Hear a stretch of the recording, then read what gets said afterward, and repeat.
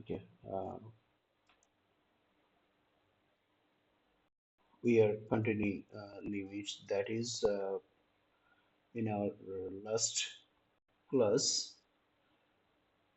we have discussed about the average rate of change and second line, tangent line. Is there any problem with second line and tangent line? Okay, okay.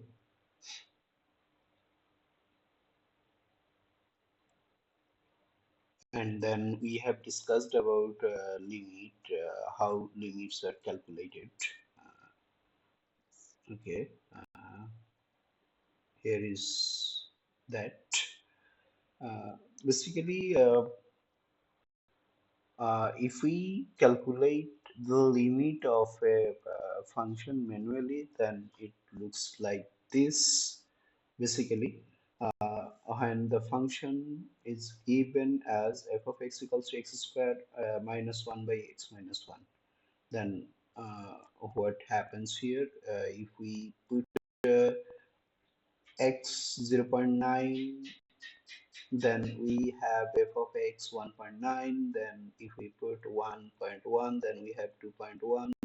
If we put 0.99, then we have 1.99. Just like this. That means here, if we notice, when the value of x, when the value of x approaches to 1, the function value of the function approaches to 2. That is the limit. That was our main concept from last class, right? Okay. Now we are calculating uh, this by simplifying the function. If we simplify this, then we have here x plus 1 by x plus 1 times x minus 1 by x minus 1. So we can cancel out this, then limit x tends to 1. So if we put 1 in place of x, then we have here 2. So we can easily calculate this without forming any table. Okay. Now, then I have also discussed about informal definition of limits, where we discussed about the calculation, and then uh, for some basic functions, and then some limit laws. Okay. Uh, I have also discussed about the calculation of some limits, and these were our homework also. Okay, now from we'll start our today's class. Okay, here limits of polynomial and rational functions. Okay, here uh, first one, theorem 2, that is limits of polynomial. We already know what is polynomial. What was the condition for being a polynomial?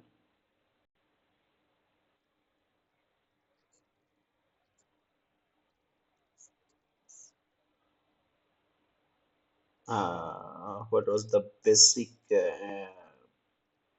or a basic condition, that is primary condition for variable, and the power of the variable, it must be positive integer, right?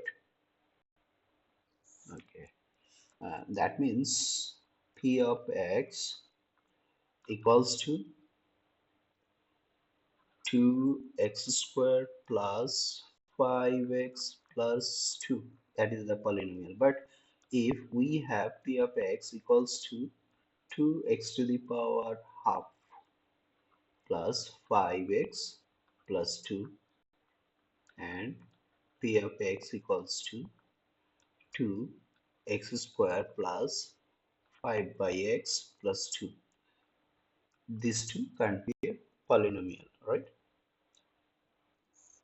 Because of the power of x. power of the variable. Here in the second one, we have here fraction power, and here we have negative power. That means we have 5x times negative 1. We can rewrite this. Okay. Now, in such cases, how can we calculate the limit? For example, if you are given a limit just like uh, we can say limit x tends to 2 or x approaches to 2, 5x squared plus 2x plus 3. So how can we calculate the limit of this polynomial? Mm, no. Any other option?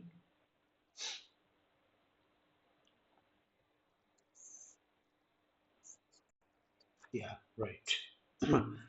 In case of polynomial, you just need to substitute the value of x. You don't need to do any other calculation here.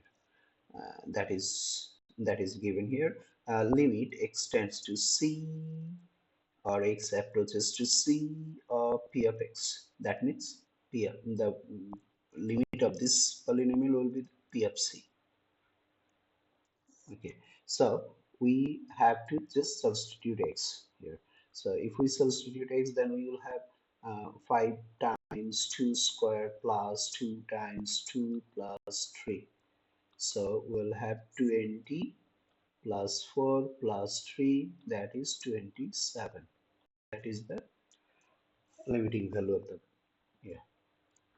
And now theorem 3, that is limits of rational functions. If p of x and q of x are polynomials and q of c not equals to 0, you have to remind the condition here. If q of c not equals to 0, then we will calculate the limit of this rational function as just substitute x. Okay, here is some examples.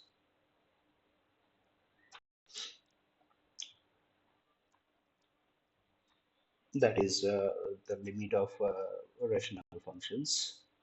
Uh, that, then just substitute here x by negative 1, since this is the rational function, and also here q of c, q of negative 1 not equals to 0. Okay, so the value is 0. If we calculate this here, solve it. Okay,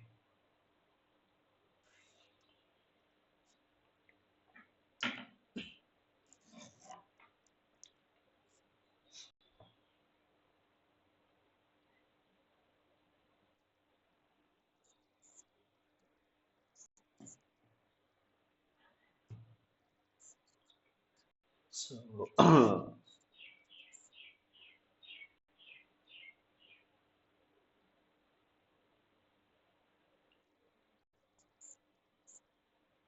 okay, then what is the process to find the limit?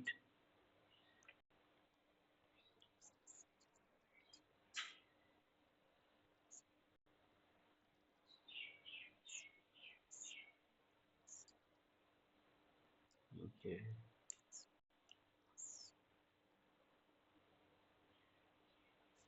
okay. Since we have here q of 1 equals to 0, so we can't directly substitute x here. Okay, okay. That means we have to do some calculation here. That means we have to factorize it. Okay,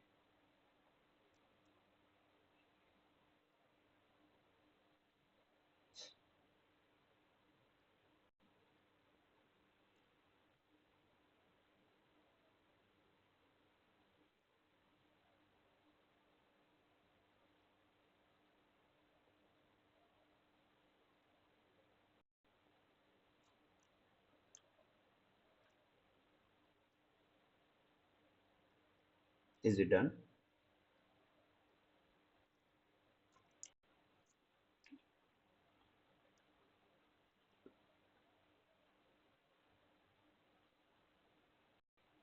Here, if we factorize x squared plus x minus 2, so what are the factors here? What will be the factor?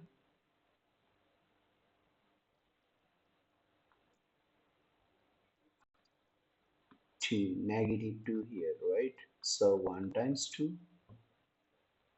that means negative 1 plus 2. So x squared negative x plus 2x minus 2. Then we can take x common, then we'll have x minus 1, then plus 2, x minus 1. So we'll have x minus 1 times x plus 2, right? Okay. And so we can replace x squared plus x minus 2 by x minus 1 times x plus 2. And then from denominator we can take x common. Then we'll have x minus 1. Now we can cancel out. Now we can cancel out x minus 1. Then we'll have here limit x tends to 1, and we will have here x plus 2 by x. Now you can replace x.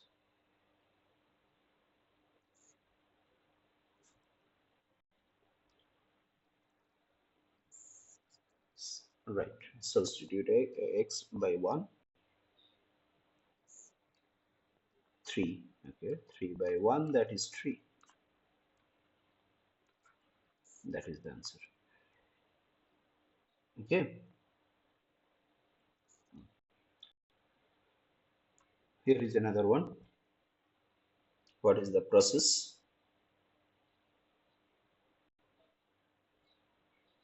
to solve it?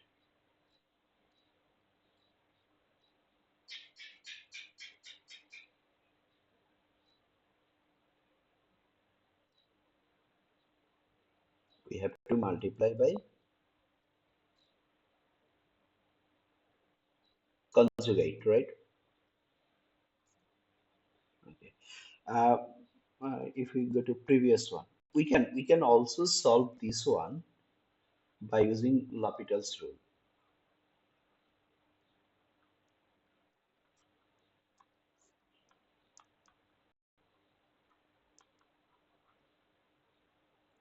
L'Hopital's rule, that means we will discuss about it after the differentiation. If we go to differentiation, then we can easily find the limit using L'Hopital's rule.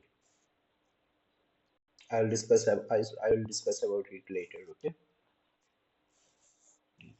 Now this one. Okay. This one. Try to solve it.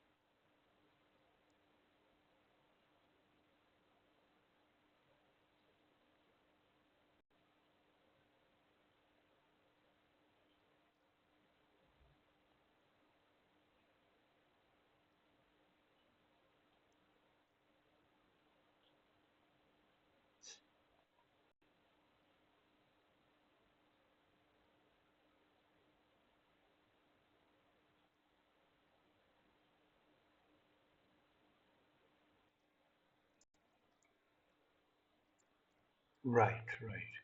Numerator and denominator both.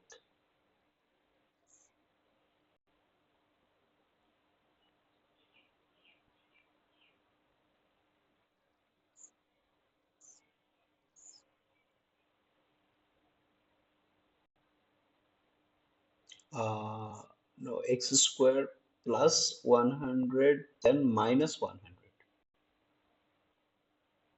Okay.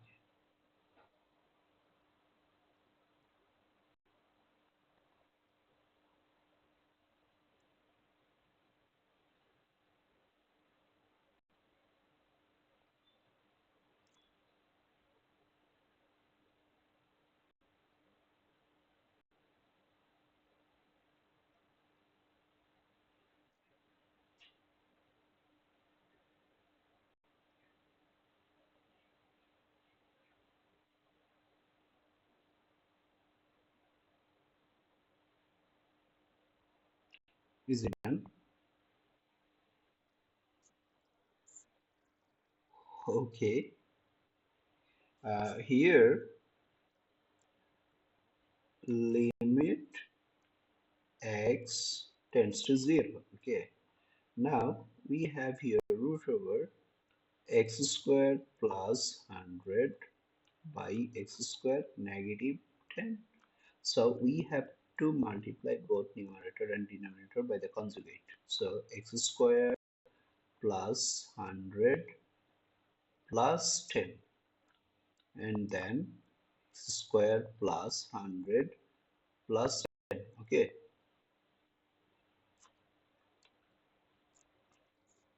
then limit x tends to 0 here. So in numerator, what will be here? That is,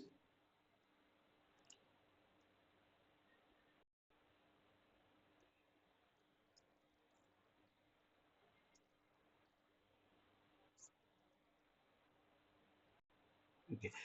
Here we will use this one, that is a plus b times a minus b. So what is the result here? A square minus b square, right? So if if we consider this one as a and this one as b, so a minus b times a plus b. That means root over x square plus 100 whole square, right? Minus 10 square,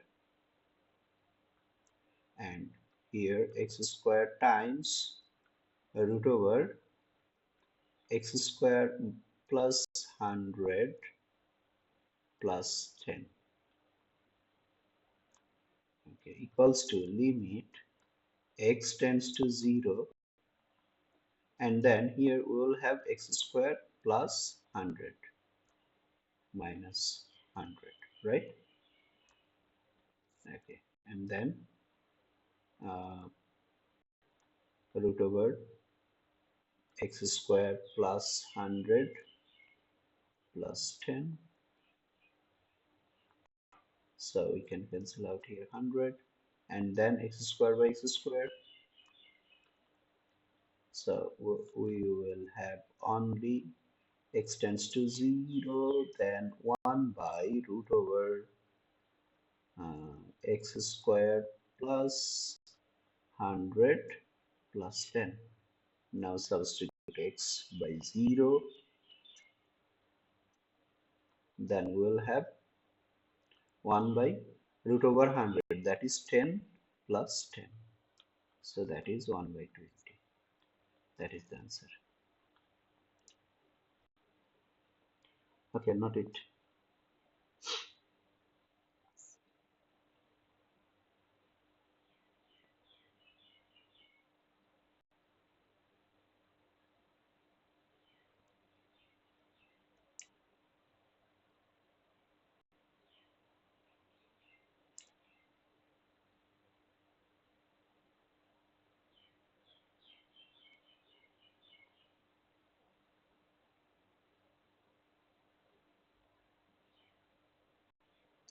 Is it done?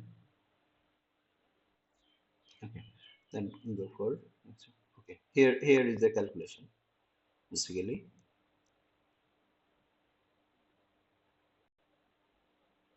Okay. Now go for next one. That is the sandwich theorem. That is uh, the another name of this theorem is squeeze theorem. Sandwich. How does it look like? There are okay. That means how many layers are there,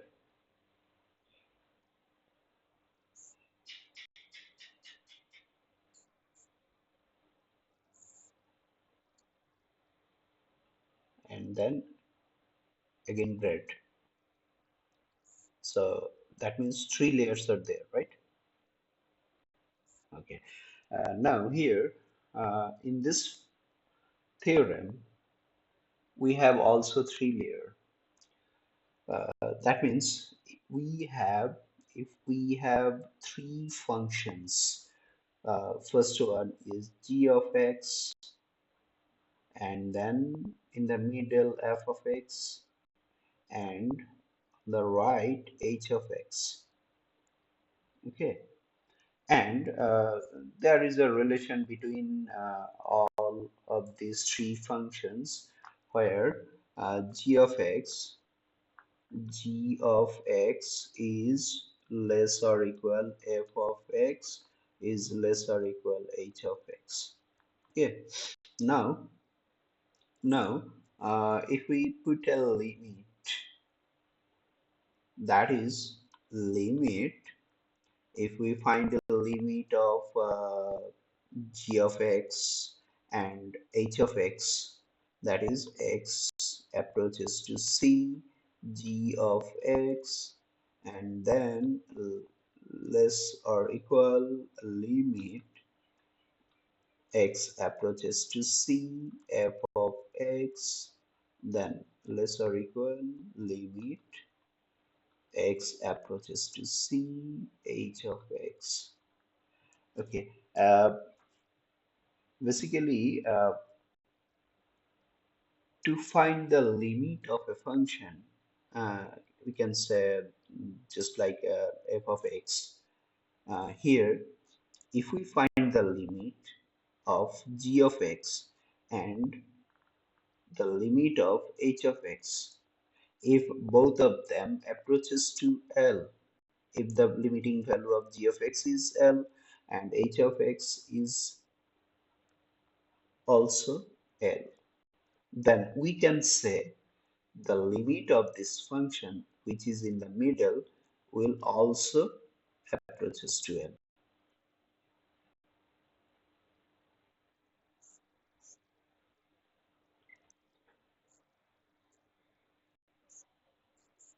Same limit, right? That means if we can find the limit of the functions which lies in two sides of the function which is in the middle, if we can find the limit of these two function, then ultimately we will have the limit of the function which is in the middle. So here basically visual interpretation, g of x is the lower bread slide, f of x meet in the middle, h of x upper bread slide. So if both slices squeezes to L, so does f. There is another name of sandwich theorem, that is pinching theorem. So pinching theorem, squeeze theorem, sandwich theorem, all of them are same. Now, applying this sandwich theorem, we can easily find the limit of a function. Let's see an example. Here, a given function u that satisfies here u of x, which is in the middle. Okay, Now, u of x is greater than 1 minus x squared by 4 and less than 1 plus x squared by 2. So we have to find the limit of u when x approaches to 0. Okay, that means if we find the limit x approaches to 0, 1 minus x squared by 4. So the value is, if we replace or substitute x by 0, then we will have 1, right? Again, for the right function, that is limit x approaches to 0, 1 plus x squared by 2. So what is the limiting value if we substitute x? 1. Okay. So what does it mean? We, okay. So we can say limit of x approaches to 0, then ux equals to 1 also. That is the answer. Okay.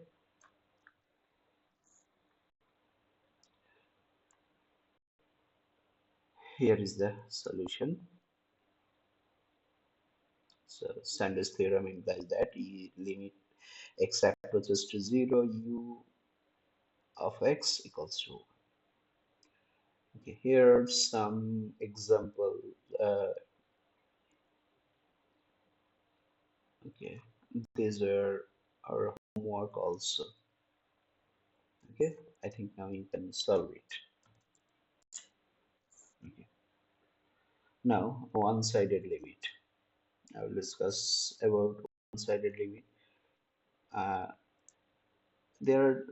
if we move to a point, we have already discussed about this. That is, uh, if the value is 1, so we can approach to 1 from two sides, right? First one is from right side. We can also approach to 1 from left side. So if we approach from left side, that is called left hand limit. If we approach from right side, then we can say that is right hand limit. And the notation of left hand limit is limit x approaches to 1 and uh, 1 left side of 1, that is negative, right? If we consider left one as negative and right one as positive, then we have to put a negative sign here just in the top of 1. It doesn't mean this one is negative 1, not negative 1. This minus sign indicates that we are approaching to 1 from left side. Okay. Okay. And for right hand limit,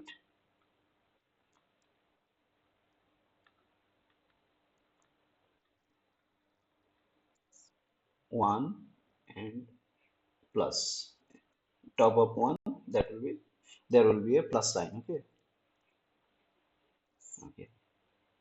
This plus sign indicates that we are approaching to 1 from right side.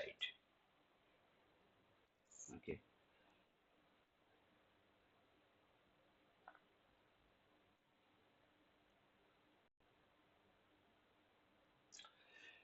Here another important point, two-sided limit exists if I double f. What does it mean?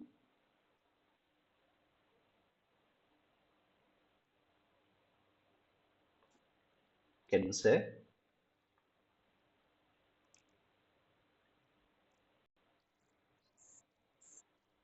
I double, no, I'm asking about this word. I double f. Is it wrong?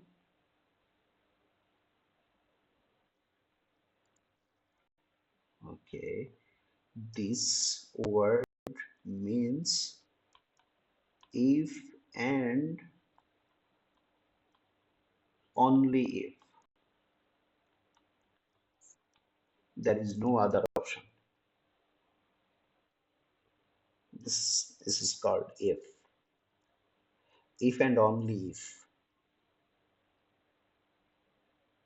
Okay, the short form of if and only if is IFF. Okay, so two-sided limit exists if both one-sided limit exist and are equal. So here, if the right hand limit, if the right hand limit exists and if the both hand limit exists and the value of both limit are equal, then we can say two-sided limit exists. And so one-sided limits here already I have discussed it. We have, if we are given a function that is y equals to f of x, and here is the c. So if x approaches to c, that is from left or right?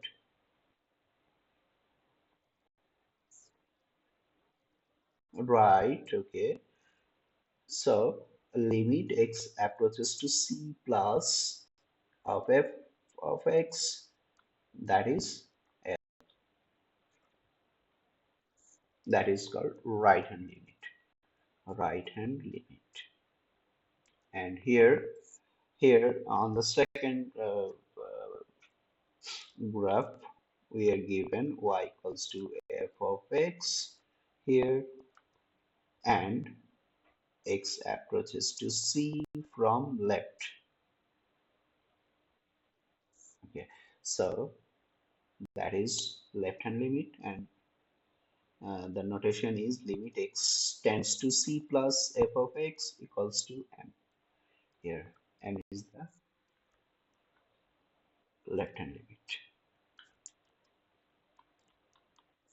Okay, now another important portion. Okay, there is some worked example, that is here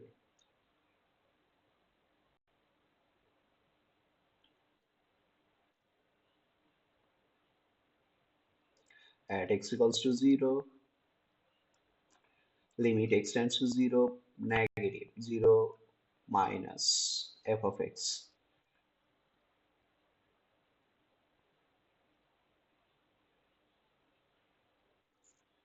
Here,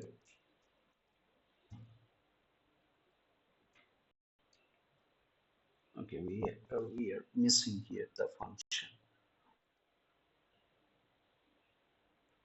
There is no function given here.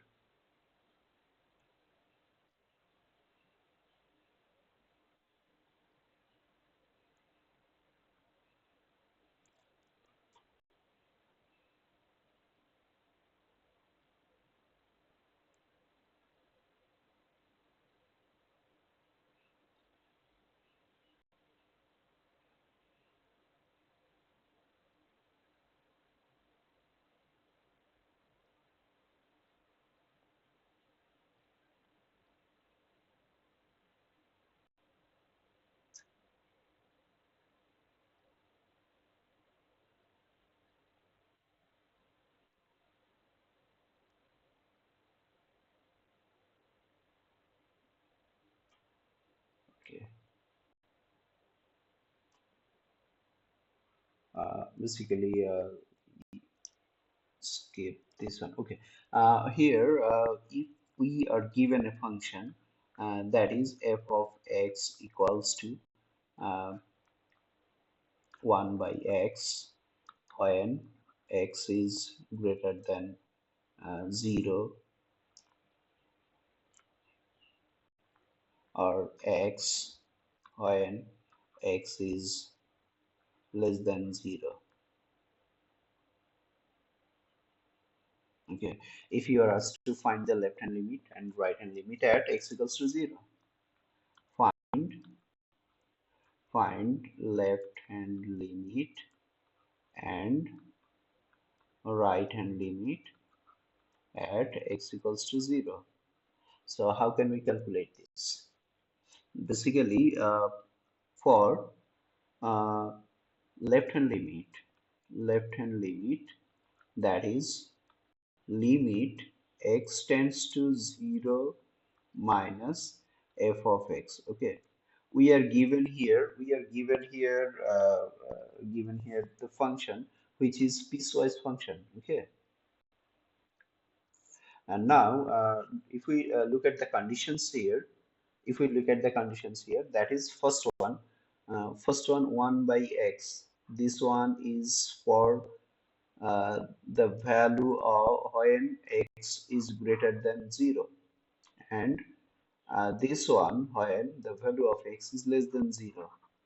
Now if we calculate left hand limit, we are approaching to 0 from left side, right? We are approaching from left side to 0. So that means the values of x over here are less than 0. Right. So which function will be considered here?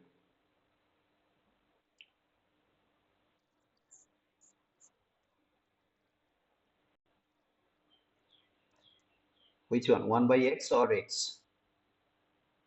X, right. So we will replace f of x by x. Okay. So limit x tends to 0 minus x equals to, now we substitute x by 0, so the value is 0. Okay. Now for the right hand limit,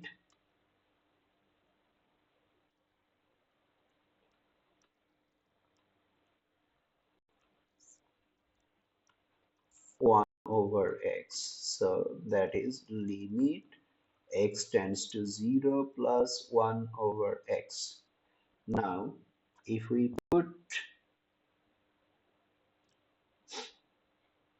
0 here, then we will have undefined 1 by 0. That is undefined. So can we say here we have left hand limit, the value of left hand limit is 0 and right hand limit is undefined. So here two-sided limit exists or not? It doesn't. It doesn't. Okay. Now this is related to the continuity. It is related to continuity. The If a function to be continuous, then it must satisfy three conditions. That means if a function satisfies three conditions, that is first one, left hand limit, right hand limit, and functional value. If all three are equal, then we can say the function is continuous at a certain point. So continuity at a point. There are three conditions for a function to be continuous. Three conditions are there.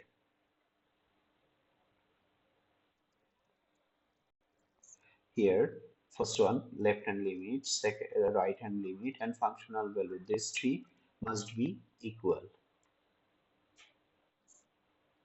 If anyone is not equal, then the function is not continuous at a point. If we look at this definition, that is uh, a function f is continuous at c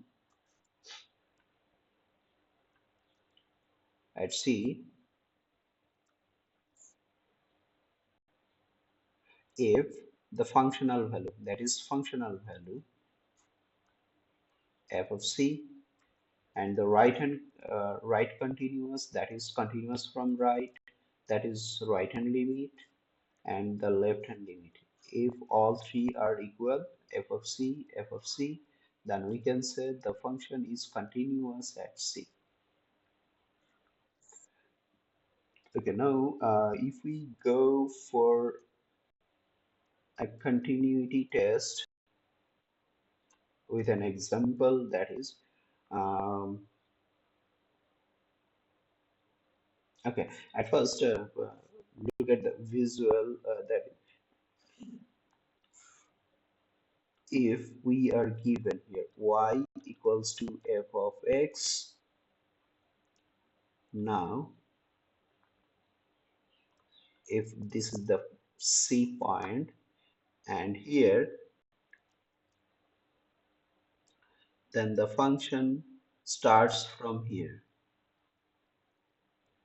So can we say the function is continuous at c? No. Here from left, if x approaches from left, that is left hand limit, and then the functional value at that point, and the right hand limit, that is if x approaches from right. So all of them are not equal, so we can say that the function, that is f of x, is not continuous at c. Basically, another point is that uh,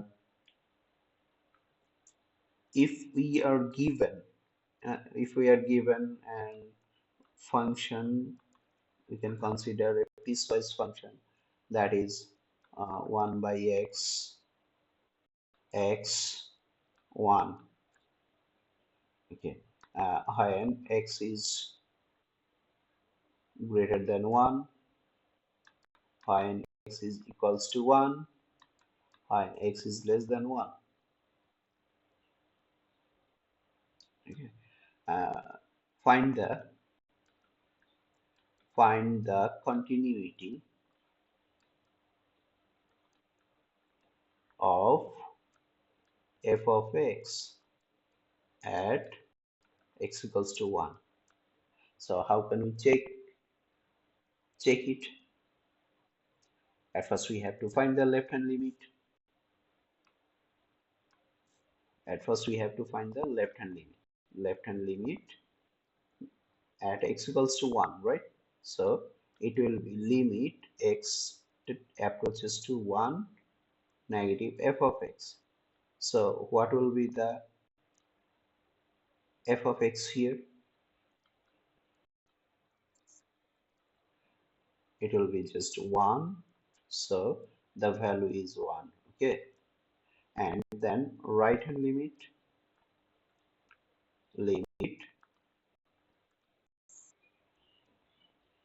it will be 1 over x. Okay. So if we 1, and then limit, that is functional value, that is limit x tends approaches to 1 f of x. So when exactly 1, so f of x will be replaced by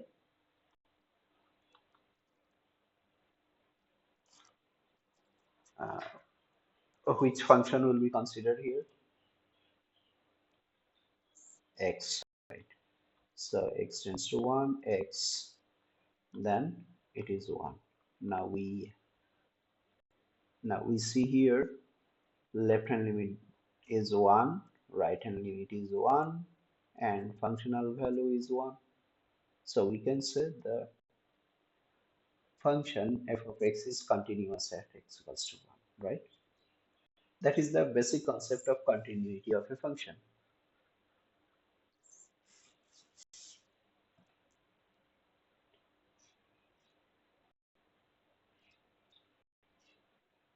Here is an example.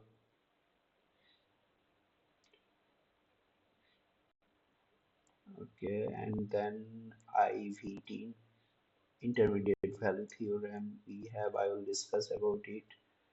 And limits at infinity, we already discussed about it while that is when x approaches to infinity. Okay, by using this, we can easily find the horizontal as interest and vertical as interest. I'll discuss about these two types in our next class. Okay, but we already discussed about the calculation, how to find the limiting value while x approaches to infinity. Okay, enters. Okay, so that's all for today. Since you have another class. Okay. Okay.